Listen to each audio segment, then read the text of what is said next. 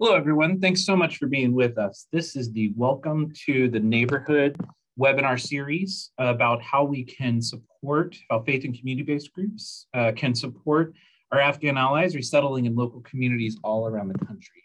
We so appreciate you being with us, and we appreciate all the work being done across the country to support our new Afghan neighbors as they resettle into local communities. My name is Ben O'Dell again, and I'm in the HHS Center for Faith-Based Neighborhood Partnerships. We like to call it the HHS Partnership Center for short.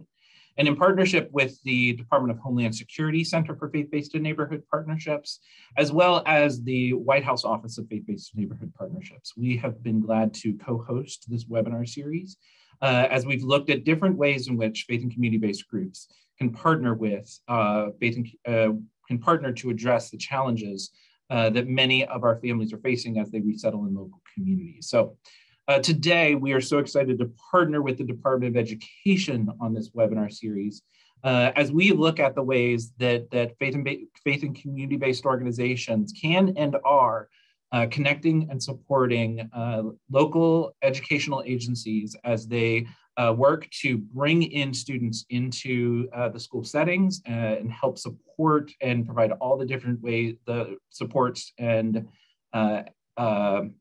components necessary to do this. So we're going to hear from some groups today, and we're going to hear from the Department of Education themselves. And so I'm really excited to turn it over to my friend, Anna Hardgate, who's going to bring a welcome on behalf of the Department of Education and introduce our speakers today. Anna, go ahead.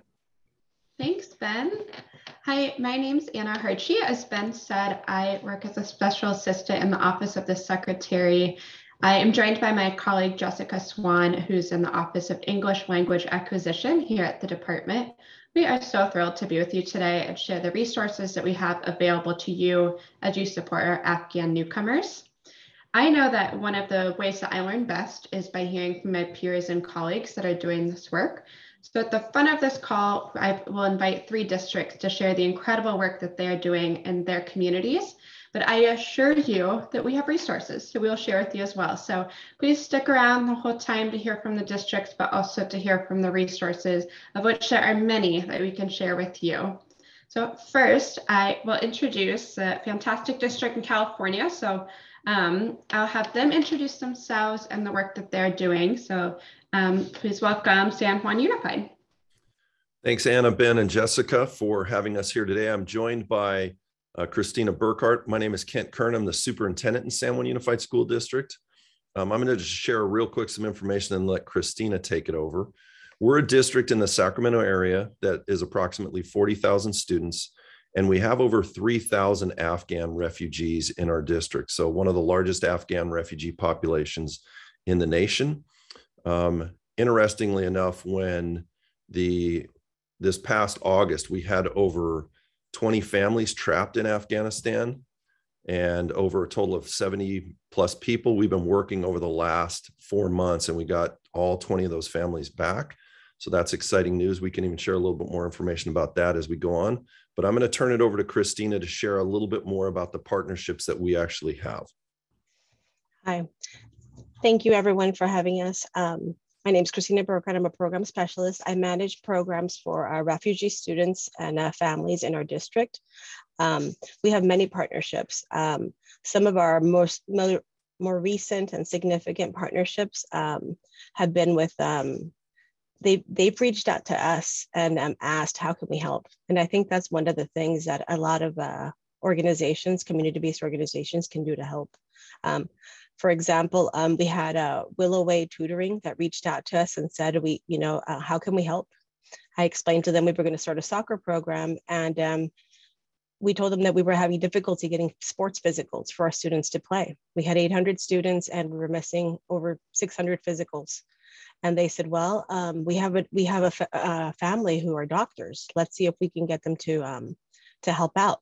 We had 6 doctors volunteer their time after their shifts, and they did about 600 physicals for our students in order for them to allow them to play soccer.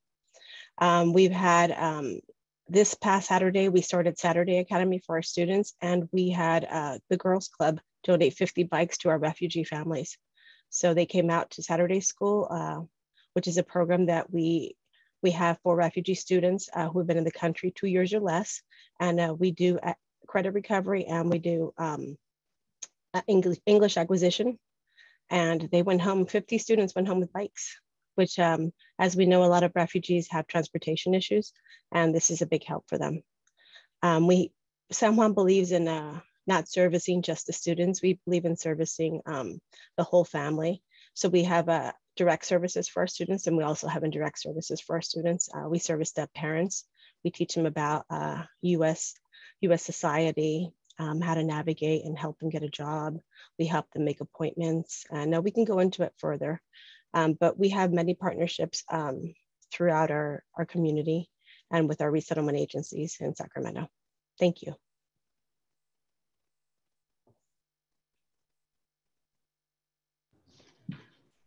Amazing. Thank you. So up next, and please note, I should have said that we will share what each of these districts are doing as well. So please know that there's so much more to come from us. So next we'll have our friends in Minneapolis School District join. And so again, just please introduce yourself and tell us all about your amazing work. Thank you so much, Anna. Hi, everyone. My name is Kate McNulty, and I serve as the director for our English learner and bilingual programs from Minneapolis Public Schools. And so we are a smaller district in comparison to my peers on this call. We have about 32,000 students overall, and 5,000 of those students qualify to receive English language development services. Currently, just in the past month, we have welcomed 30 Afghan students. And so we are at the beginning stages of really supporting our families that have come into our school district and also our county.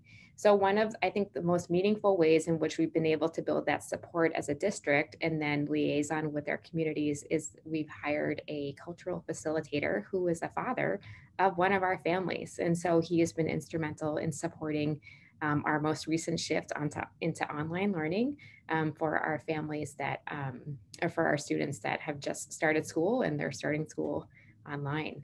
Additionally, as we developed similarly to my colleagues in San Juan County, we have established wraparound services to support our families through our district and with our district partnerships. And then additionally, we have created some informational sessions and to help parents navigate the school system. Even such simple things as riding a school bus is new for a lot of our families. And so really helping them acclimate to some of those procedures that we may take for granted. And then with our community partnerships, I will say the biggest help to our district has been working closely with our Afghan Cultural Society of Minnesota and our local mosques. And so really thinking about how these two resources helped connect and bridge some of those cultural and linguistic divides that we might have as English speakers and from the United States, and how we can help support our families in culturally and specifically relevant and appropriate ways. And then thinking about our greater organizations, we have an ongoing cross-county collaboration between Hennepin County, which is where Minneapolis is, and St. Paul County that consists of a number of organizations. Most notably, we have the Minneapolis Youth Coordinating Board, and then our Minnesota Council of Churches, Lutheran Services, the International Institute of Minnesota, and then Catholic Charities and Arrive Ministries. And so thinking about how we are going to build upon the support, I love the bikes idea, that's great. We are sitting at about 5 degrees here in Minnesota, so thinking more opportunities of getting outside and exploring the outdoors in the snow, and then thinking about how we can really support students just engaging in enrichment activities that could involve different games and chess and pieces to help support their just socialization, and as their parents are working to solidify pieces of employment and housing and all of those pieces. So those have really been the crux of our conversations and our planning thus far, and we're excited to see what comes as winter moves into spring and into summer. So if you have any questions, please feel free to reach out. And thank you for the opportunity to share what we're doing. Thanks, Catherine. So, and our last district that's joining us to share what they are doing is in Dearborn. So we have Rose from Dearborn to share more of what they're doing in Michigan.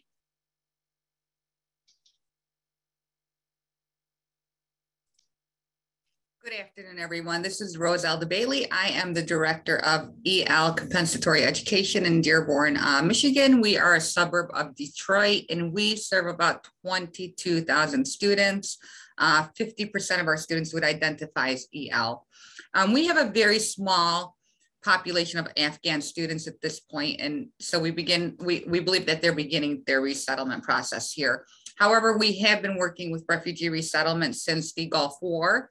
A third of our 10,000 ELs are newcomers, and so we have worked closely with community services and organizations such as Access, the mosque, the mosques, the churches, our community college to offer opportunities to our new families and supports and housing, academics, transportation. We have native language speaking support staff, highly qualified teachers in every building, English language development specialists who are ESL certified, working with classroom teachers and part of the building leadership team, training classroom teachers on what that tier 1 instruction looks like for English language learners. We have ESL classes that are offered during the school day at many of our schools so that many of our new families and our parents can attend classes while their children are also in school. Transportation is provided for many of our students. We have busing.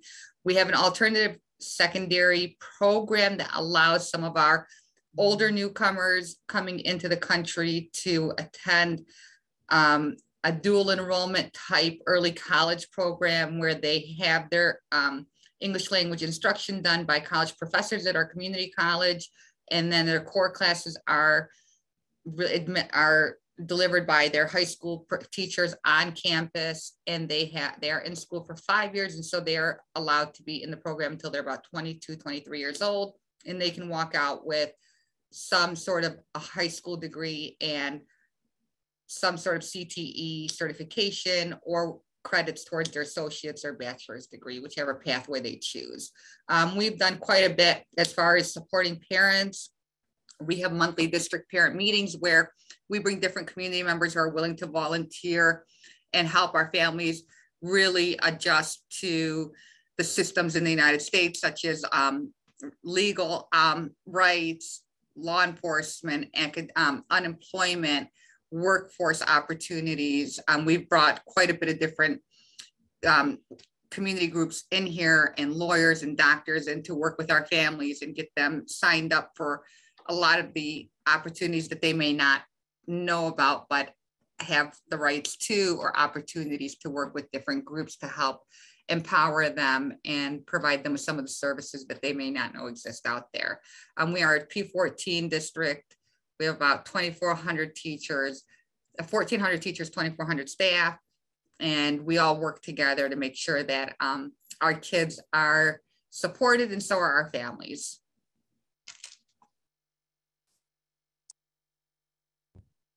Such amazing collaboration. That's great. Well, thank you to all 3 of our districts for joining us today. We're not done hearing from them yet, so I invite all of them to join us for a panel discussion that will be moderated by my colleague Jessica. I have some questions and look forward to hearing more.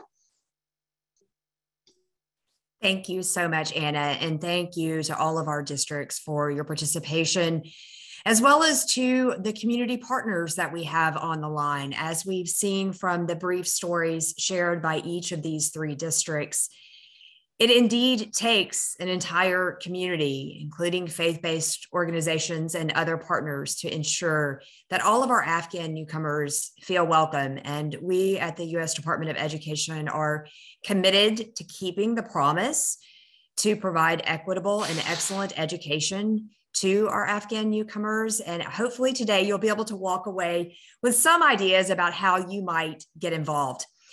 The first one is a really broad question that I'd like to throw out as all of our panelists could come back on screen to discuss these questions. And as you're doing so, I'll just frame this.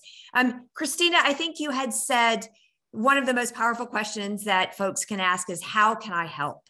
So I would just throw that out to all of the districts, and we can perhaps answer in the same order as you presented. How can I help? When someone has that question, what would you say to them? San Juan, over to you. There's always ways they can help. For example, sometimes we have families, if we work hand in hand with resettlement agencies. And sometimes, especially right now with the new evacuees from Afghanistan, they don't have enough time or staff to help them make appointments, doctor's appointments, to help take them for immunizations, to help explain to them and sign them up for DHA, sometimes how to navigate. There's so much to do. Understand that they're coming from a completely different country where a lot of the services that we have don't exist. And a lot of the time they don't know what to ask because they've never heard of services offered the way we offer them. So they don't know what they don't know. So a lot of it is us teaching them, these are the resources that we have, and this is what we can do. We can help you make a resume. We can help teach you and help you navigate to get your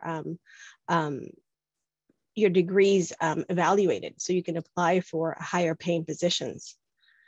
So there's so many things to do, from just teaching them basic social norms, a hygiene, anything.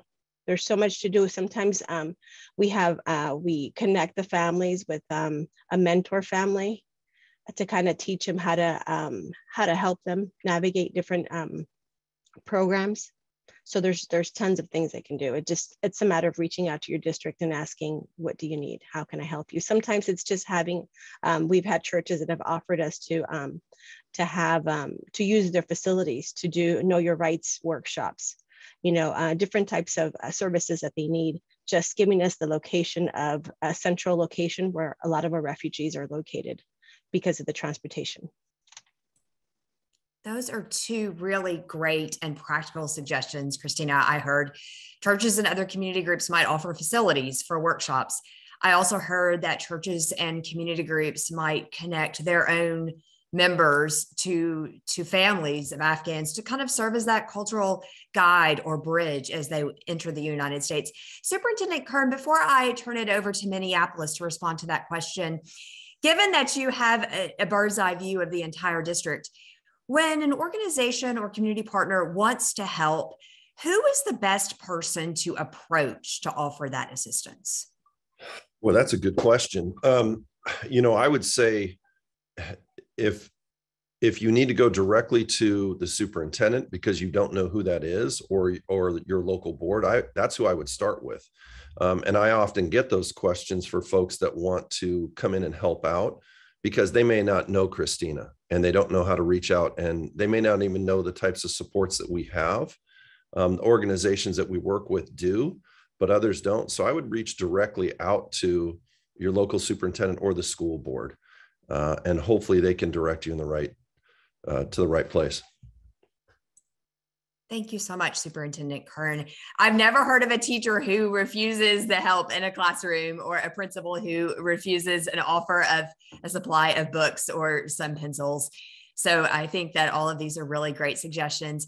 Kate, I wanted to turn it over to you. What would you say to community partners who ask, how can I help? Yeah, like my colleagues here shared so many great ideas. And I guess some of the pieces I would add on to that is we're finding that navigating the transportation system, the public transportation system, is something that's been a challenge. So we still have the yellow school buses for our kindergarten through 8th grade students, but we're discovering for our 9 through 12, all our high school students take the city bus. And so getting used to using that mode of transportation takes some time, and with a guide would be a huge relief to parents.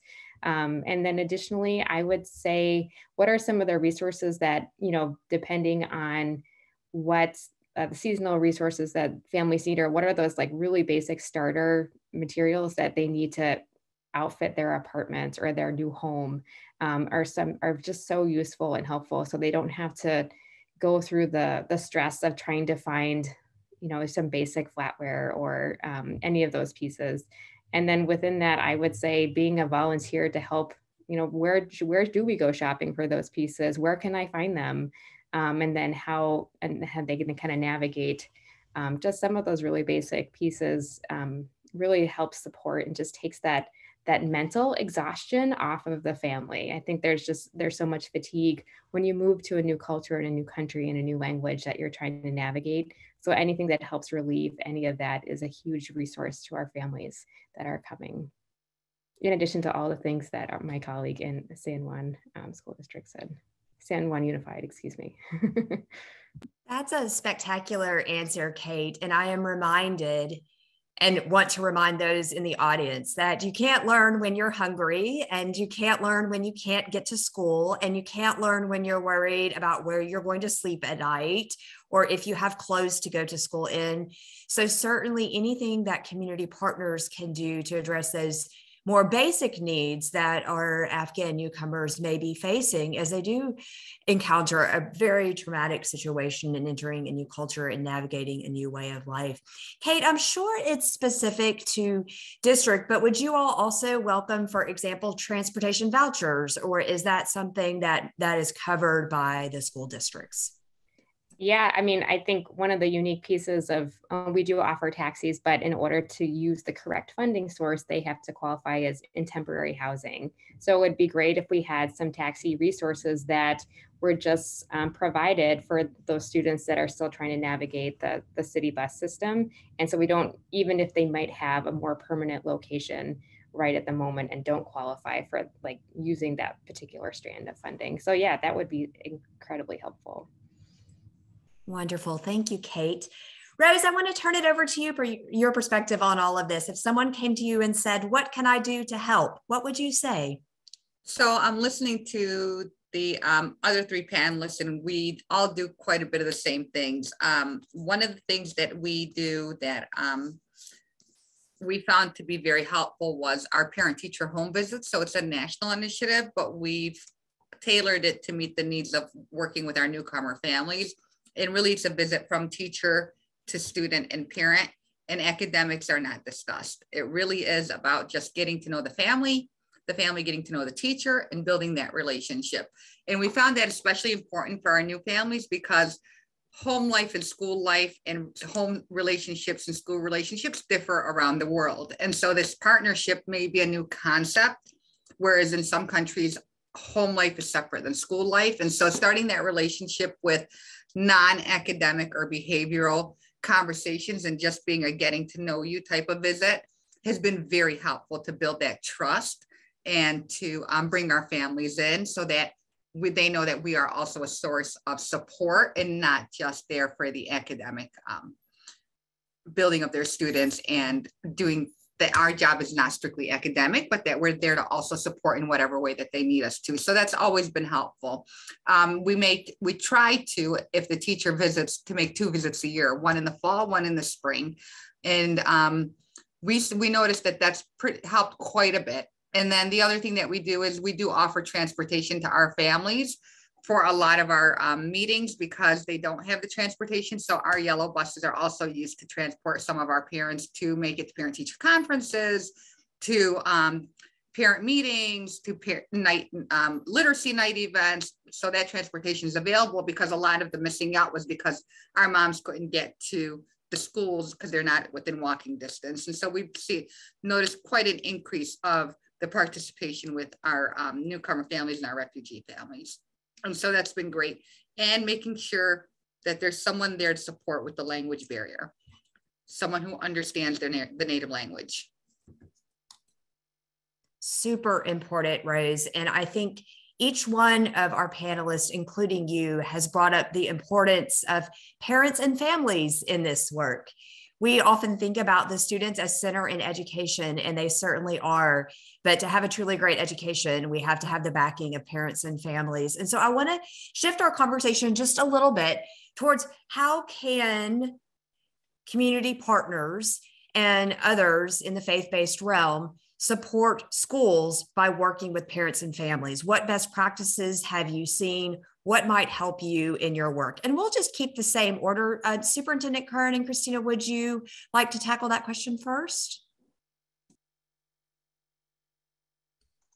Do you mind repeating it one more time? Sure. How can community partners and faith-based organizations support families, work with families so that they can best support their children? There's multiple ways. Like I said earlier, they can offer locations, sites for us to be able to have presentations for them, that might because those families would live in that area. So they can build a relationship with them, build that trust. Once you have that trust, everything is a lot easier. You know, help teach. We had a church that had a trunk or treat, and the students didn't know what Halloween was. So they didn't understand what is a trunk or treat. So teaching them little American traditions, you know, like Halloween, you know, trick-or-treating. I had one group of students that told me, well, I went to knock on the doors, but they didn't give me any candy. And I explained to them, well, did you say trick-or-treat? Did you wear a costume? And they said no. So they didn't know. They just thought you knocked on the door and they would give them candy. So just teaching them those little things, giving them the opportunity to feel included, you know, be part of society and know, you know, Valentine's Day cards, you know, little things like that they don't understand. They don't understand when they're in elementary school, they don't understand why everybody's wearing green. Why is everybody wearing green on, you know, St. Patrick's Day? What's the significance? Teaching them little things so that they can feel included. And I think our district has done a significant, a big effort in doing that. We always have individualized supports to help them. For example, we had a family of 8 that came in for evacuees. And we were notified that they didn't, 2 of the girls were not going to school. So we were notified by the mosque. One of the mosque and the school also notified us. So we said, okay, anyways, I'm getting over confused here. But the story is that having somebody to help make things a little bit easier. For example, the girls weren't going to school. There was 8 of them. 6 boys were going to school, but the 2 girls were not going to school because they were afraid of the crosswalks. They lived in a rural part of Afghanistan and they didn't know how to cross, and they were afraid of the crosswalks. Although it was a 4-lane highway and they were afraid to cross it. So we had staff from our district help them cross, and the mosque also helped a little bit and explained to them that it's okay, changes, you have to go to school, PE uniforms, you know, having those connections with communities, but the community is a big deal. We need to have that support. It needs to, the main key is to build the trust, build the rapport with the families. So there's tons of things that can be done. And a lot of it's going to be an individual basis. I'm reminded of Kate's story too, as I'm listening to you talk, Christina, and her work with the mosques in her community. Kate, do you want to share more about that and what they've done to step up to help, particularly with parents and families? Yeah, so one of the pieces that the Abu Bakr Sadiq Mosque here in Minneapolis has supported our families in obtaining the religious clothing that they would wear either to services or on a daily basis, because the like we all can imagine, it's not available at Target. So it's really about finding those and supporting the maintenance or the continued growth of the culture itself. And as Christina was talking, I was really thinking about even if you have a small amount of families in your community, it's really about connecting them with one another. Because if you provide that space and if you work with multiple faith-based organizations and to create that common space for them to come together, that way they're still really able to maintain that strong sense of self and identity that they are coming in with, and establish their own community within a new town or a new city. And so it helps to eliminate the feelings of isolation, because they have not only their new community that they're learning to navigate, but they have their fellow Afghan community that they can continue to rely on and support with one another. Can I add something really quick? Of course. So because of COVID, we stopped, but 2 years ago before COVID, we were partnering with the local mosque and we were having a teacher cultural training. So we had a cohorts, I think it was 6 cohorts that we had come to the mosque, see the prayer rooms, and they did a presentation about the background of refugees to help the teachers in our district understand the background and build empathy for the refugees. We've kind of stopped because of COVID, but hopefully once everything is cleared up, we can possibly go back to that too. But that was a very important collaboration that we had in partnership with our mosque. Christina, I'm really grateful that you mentioned that, and you'll hear me say it a little later today, but in my opinion, one of the most effective things that community groups can do with the fewest resources is to really convey those positive messages of warm welcome, because you have the eyes and the ears of so many different individuals who are involved in your organization or in your faith-based community. And really, we are here to welcome them, to keep our promise to our Afghan newcomers. So I appreciate that note. Rose, do you have anything that you'd like to add in terms of how you have used community-based organizations and other faith-based organizations to support your work in engaging families? So I was going to say what Christina said. We have, our mosques have really opened their doors to our staff. So our superintendent will oftentimes go to the mosque right after Friday prayer and just, you know, kind of meet and greet some of our families and our parents. I think seeing principals, teachers there when they can really sends a strong message of that unity and that, you know, embracing of the culture and the community that we serve.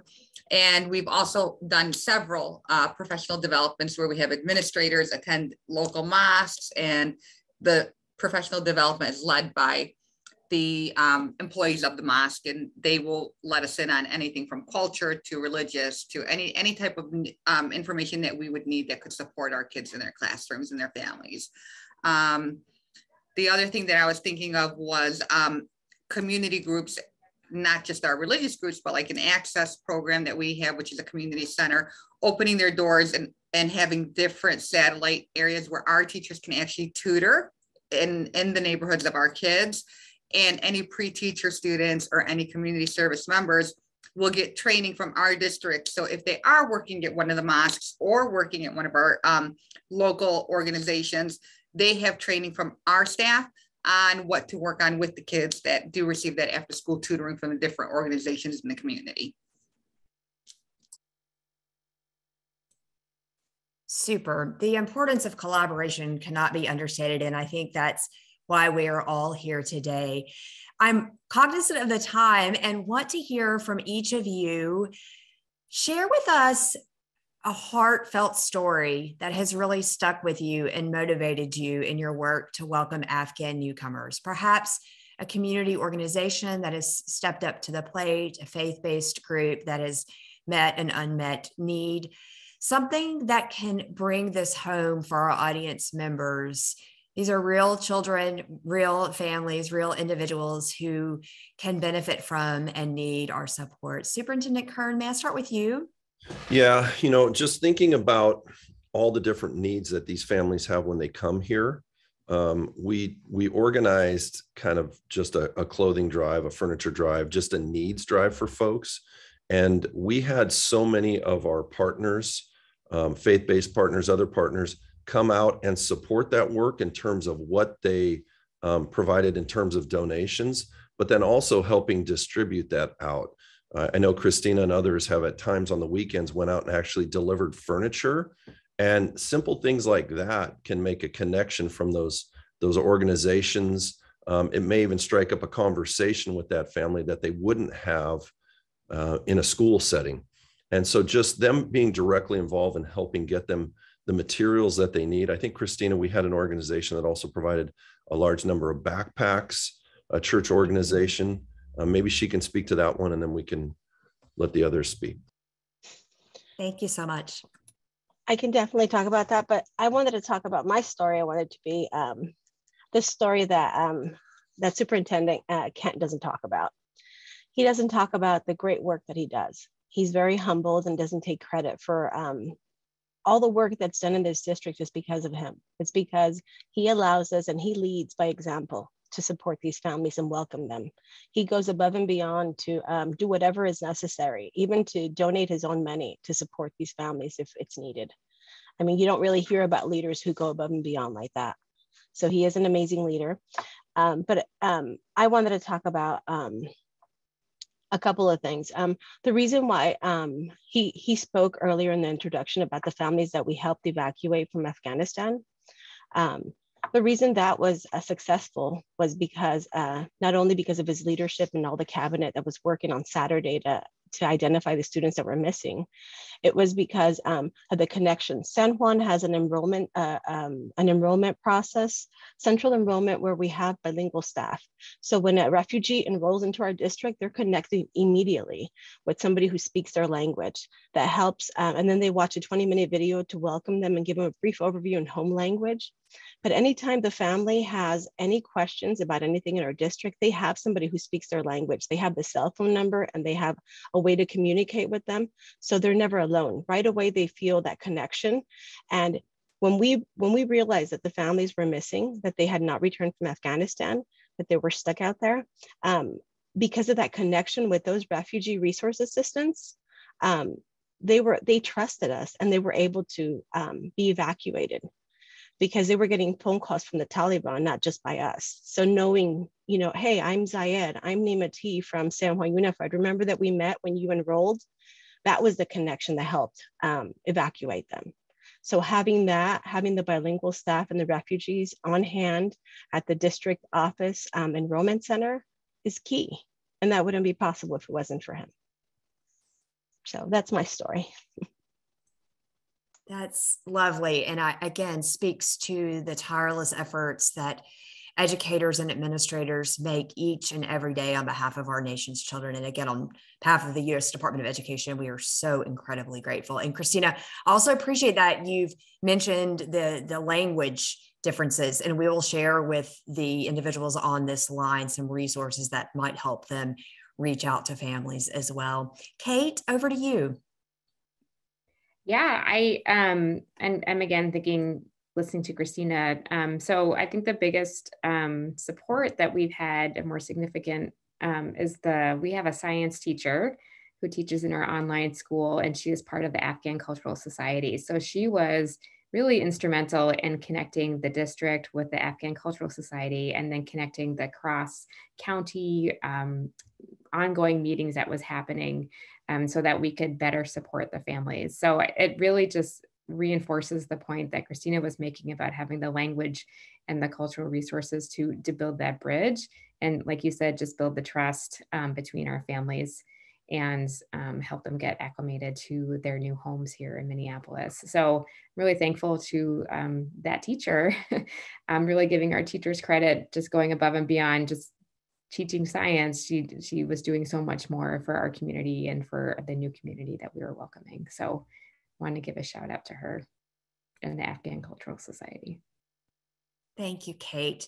We have a very astute audience with us today, and they are all picking up in the chat on the feelings of isolation and the importance of building relationships with families. And so perhaps post-webinar, we might share some resources with you after we've presented our slide deck. And if you think of any to all of our panelists to share with the community about best practices in terms of what you've done to engage Afghan allies and their families, that would be terrific.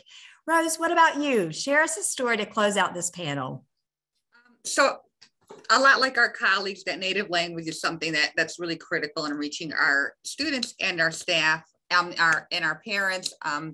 But I think of the work that really our community partners have done with our staff, truly. And I think of most recently our trauma training and looking at what our systems the impact that some of our systems may have on our students in the classroom.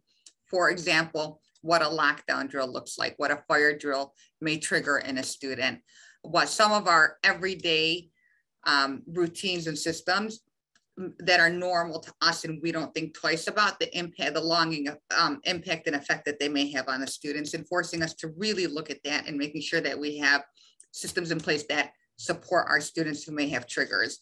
And so that's been really front and center for us, is really what are our students' traumas and what are some ways that we can be proactive in the sense of making sure that we're providing an environment that's safe for our families and for our students. Those are definitely realities, Rose, that I hadn't considered, having been born in the United States, but I can definitely see the triggers that might be involved there, and certainly the necessity for a bridge between cultures. So thank you so much to each of our panelists. Please know to everyone in the audience that this is just the beginning of a conversation. The panelists have each agreed to share at the end of this webinar their contact information with each of you. They've been so gracious in offering all of their support or advice. So I would say don't hesitate to reach out to us at the U.S. Department of Education, but also to our panelists, since they are on the ground and they do the hard work day in and day out. We're going to now feature some resources from the U.S. Department of Education, and Anna and I will share with you a few of those. I'm going to share my screen, and as I'll do that, I would just ask that perhaps the panelists could turn off your cameras, and I'm going to share this one. Excellent. While Jessica gets that started, I'll just start off the top and say that many of the questions in the chat we will answer here in the PowerPoint. So I'm pleased to see that. Always hope for that. So that is fantastic. But you will see links as part of the PowerPoint slide. And please rest assured that we will share these with you. We'll work with the Partnership Center to share them out and make certain that information is received. So don't worry, we will be sharing this with you. Terrific. So as Anna said, we're going to offer some resources and some context that might be helpful for each of you to understand what's happening on the ground. In August, Operation Allies Welcome was formed to ensure that we had the partnerships in place, both government, private, nonprofit, to welcome our Afghan newcomers. When they began to enter the United States, there were originally 8 safe havens, which are military bases spread across 6 states. And the US government, along with our wonderful partners, including many of you on the line, have gone through monumental efforts to ensure that all of our Afghan newcomers can swiftly be moved off those bases. And I think the goal is by mid-February. While on those bases, the Afghans have been receiving, for those children 18 and under, approximately 10 hours a week of education. And they have been receiving that education across a number of arenas, from English as a second language to civics to life skills to recreation. And again, I can't thank enough the partners on the ground who are probably also on this call who have stepped in to provide that support. As I've mentioned, they are moving into destination communities, which is why the U.S. Department of Education believes in the importance of hosting webinars like this so that individuals and partners across the country can understand what they can best do to support our students. All students have a right to education, regardless of immigration status. And I hope that this is a huge takeaway for our audience today. Schools also must provide language assistance services and services in a language that parents can understand. Again, regardless of immigration status. And it will take all of us to support our students, but we're going to share some resources along the way that I hope will be beneficial in understanding how you can help. Again, as I mentioned earlier, I think one of the most important things that our community partners and faith-based organizations can do is to communicate messages of warm welcome. You all are well connected in your local communities. You understand your audience, and we understand that we have to work together. Our Afghan allies and their families served our nation for decades. And now we're welcoming them to our country, and we're ensuring that they have the same rights to equitable and excellent education as all other students. On the part of community organizations, that may require that you have to advocate for the rights of all students to education. It may mean working, as our panelists have said, very closely with parents and families so that they understand the role that they have in our school systems. Volunteering in schools, just to see that warm presence, knowing that they have access to someone in the US who cares for them, would really go a long way. So also on this slide, you will see 6 ways that people can help from Operation Allies Welcome. We're going to offer you some more specific resources in terms of education. And I'm going to turn it over to Anna now. Sure. So lots of resources here, but this page demonstrates how many denominations, community groups, interfaith organizations are stepping up to do the work and are also a resource to you as you begin your work in your community. So I invite you to check out these resources and think of where you can tap these resources as it makes sense to your community. As we heard from our districts, there's multiple needs for our Afghan newcomers, but I challenge you to think about where you can serve best. I recognize there are multiple resources, skills, and abilities in this group today, and how the power of the work we can do together. So think about what you can do and check out these resources. So we will share this with you after, but I wanted to share this slide to demonstrate how wide and far reaching this work is, how it's multi-faith, and it is through community partnerships. And this next slide is mine too. So next slide, Jessica, is our Keeping the Promise website at the Department of Education. Please bookmark this. It's a work in progress. We're certainly adding more resources week by week and working to make this a great hub for you of resources. And hopefully this will become a one-stop shop for you of places to get started as you work on helping our Afghan newcomers settle within the US education system. In addition to the Keeping the Promise website, I also want to flag several additional websites hosted by the U.S. Department of Education. The first is the Office for Civil Rights. The Office for Civil Rights website has information about schools' rights to English learner students and limited English proficient students.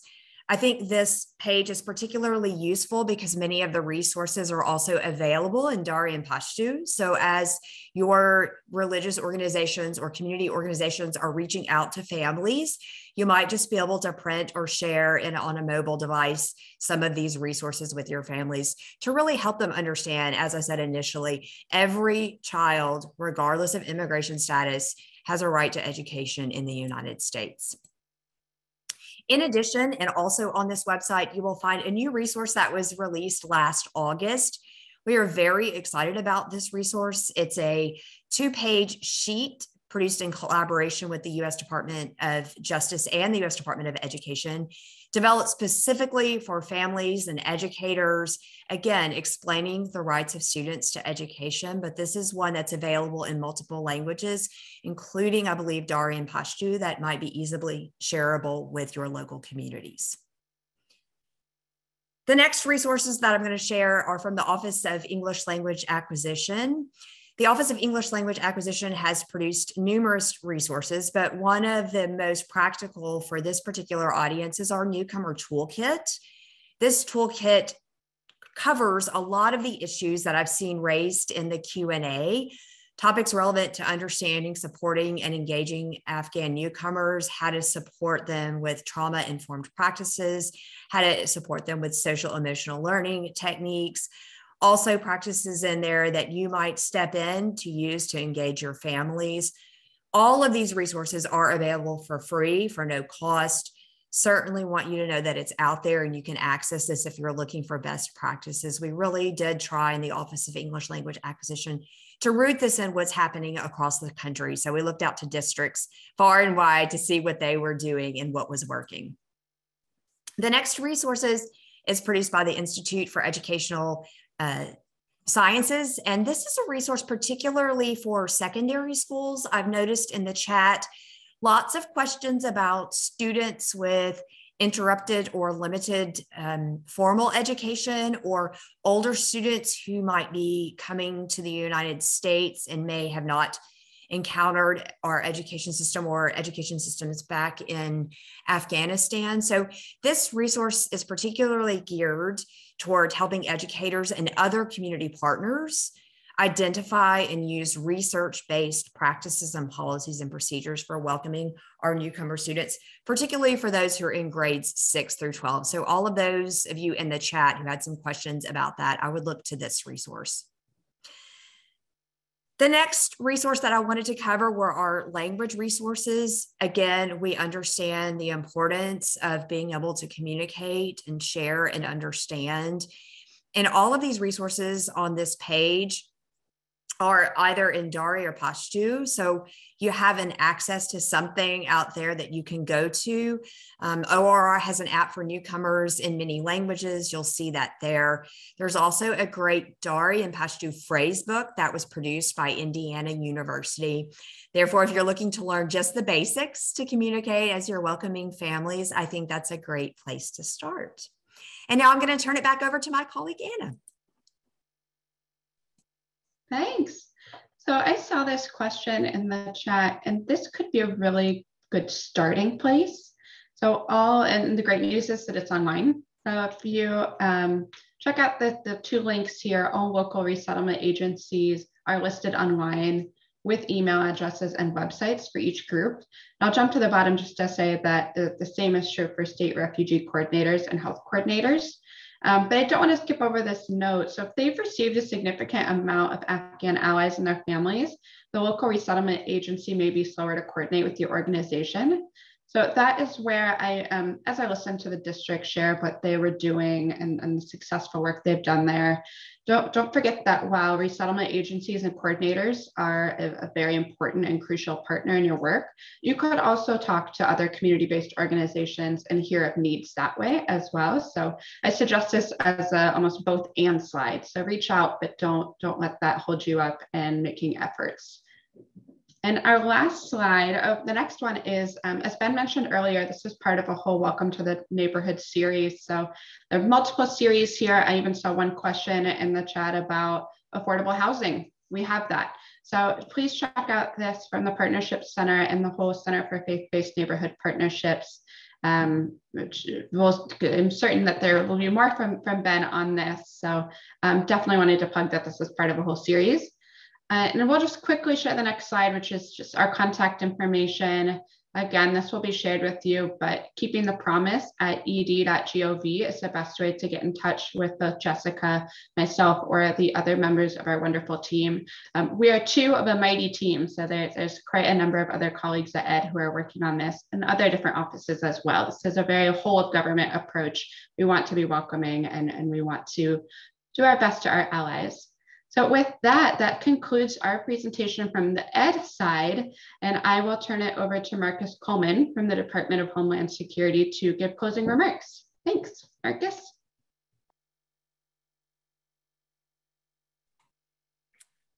Good afternoon, everyone. Unfortunately, I am not able to start my video, but I just want to thank all of you for joining us today, and for the jurisdictions, the local community school or the local school districts that provided, I think, some invaluable insights for how we all can continue to think about working together in partnership of our Afghan allies.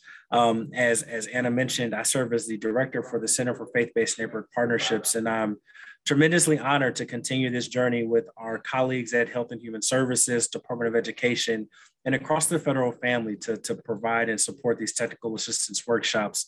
As we've mentioned before in other iterations of this, we know that many of you as faith and community groups are continuing to lead and teach on the front lines to how to support our Afghan allies. And we're planning to continue this series on other topics of interest. I just want to call to action. If there's a particular topic, or if you are working on a particular area of interest that you have not heard yet, just for those that have been following this series, we've heard from Housing and Urban Development. We're hearing from Department of Education today. We had a kickoff presentation with Department of State, HHS, and others. But we know that many people are covering a lot of other issues. So we're talking about best practices in employment. We're talking about best practices in entrepreneurship and any other topics of interest. We want to hear from you on other things you think would be helpful, and partners that you know are leading the way that may be helpful to elevate in a similar fashion. I want to thank again all of our school districts, Minneapolis, Dearborn, San Juan, for their wonderful and insightful presentations, and deep appreciation to our colleagues and partners at the Department of Education for all of the wonderful resources and work. And we hope that the things that you've seen today, you're able to share with your networks and spread out widely. I want to also give a shout out to our Department of Education Center for Faith-Based Neighborhood Partnerships, which is an invaluable partner to this effort. And we'll be working with the Department of Education broadly and the center specifically on some follow-on engagement for topics of interest as it relates to education, because we know it's an important part of the resettlement process. I want to thank you all again. With that concludes my remarks, and I'll pass it to Anna and to Ben to close us out with any final things.